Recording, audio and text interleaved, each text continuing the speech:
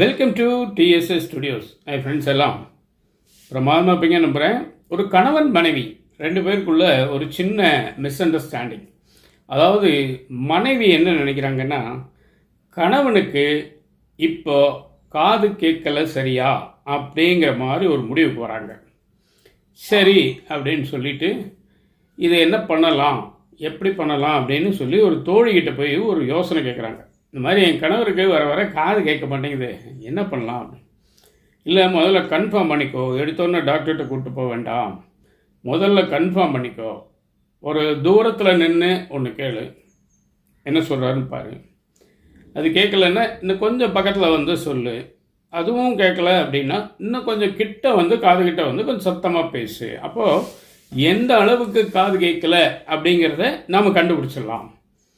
அதை வச்சு டாக்டர்கிட்ட கூப்பிட்டு போனால் அதெல்லாம் அவருக்கு சொல்லலாம், இவ்வளோ தூரத்துலேருந்து கேட்கல, பக்கத்தில் வந்தால் கேட்குது அப்படிங்கிற மாதிரி சொன்னால் அவர் அதுக்குண்டான வைத்தியம் பண்ணுவார் அப்படின்னு சொல்லி ஐடியா கொடுக்குறாங்க.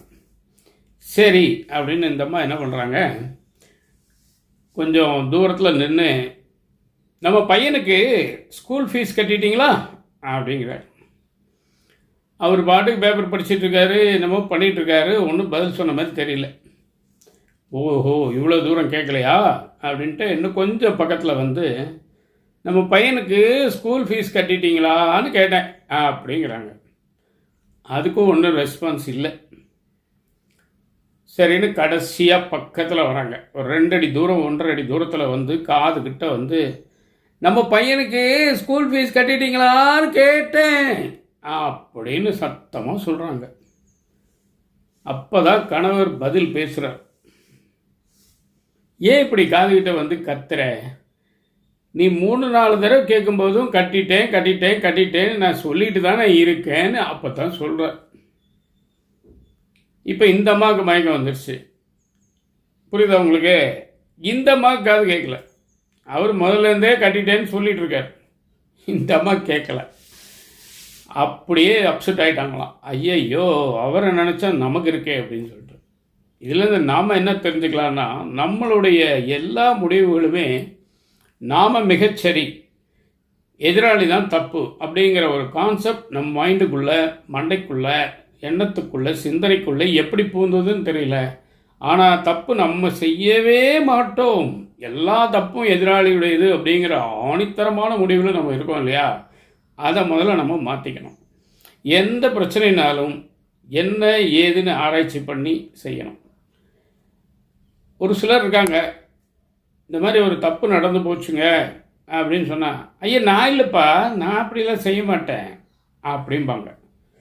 ஆனால் சுற்றி வளைச்சு ஆராய்ச்சி பண்ணி பார்த்தீங்கன்னா அது அவங்க தான் செஞ்சுருப்பாங்க. இது ஏன் ஒத்துக்க மாட்டேங்கிறாங்க?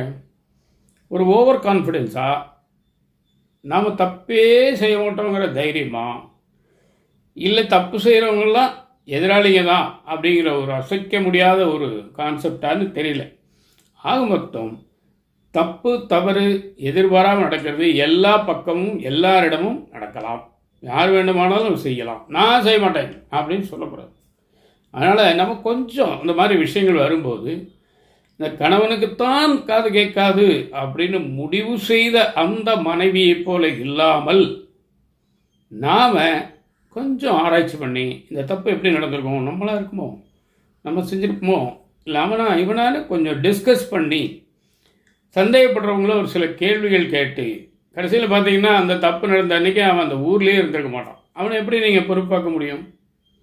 இருந்தால் கூட பொய் சாட்சி சொல்லி அவனை மாட்டி விட்டுடலாம். அவன் ஊர்லேயே இல்லைன்னா என்ன பண்ணுவீங்க? அந்த மாதிரியெல்லாம் தடாலடியாக முடிவெடுக்கக்கூடாது. சரிங்களா? இதான் இன்றைக்கி விஷயம். நிச்சயமாக இந்த விஷயம் உங்களுக்கு பிடிச்சிருக்கும்னு நம்புகிறேன், புரிஞ்சிருக்கும்னு நம்புகிறேன். உங்கள் கருத்துக்களை எதிர்பார்க்குறேன். மீண்டும் அடுத்த எபிசோடு சந்திப்போமா?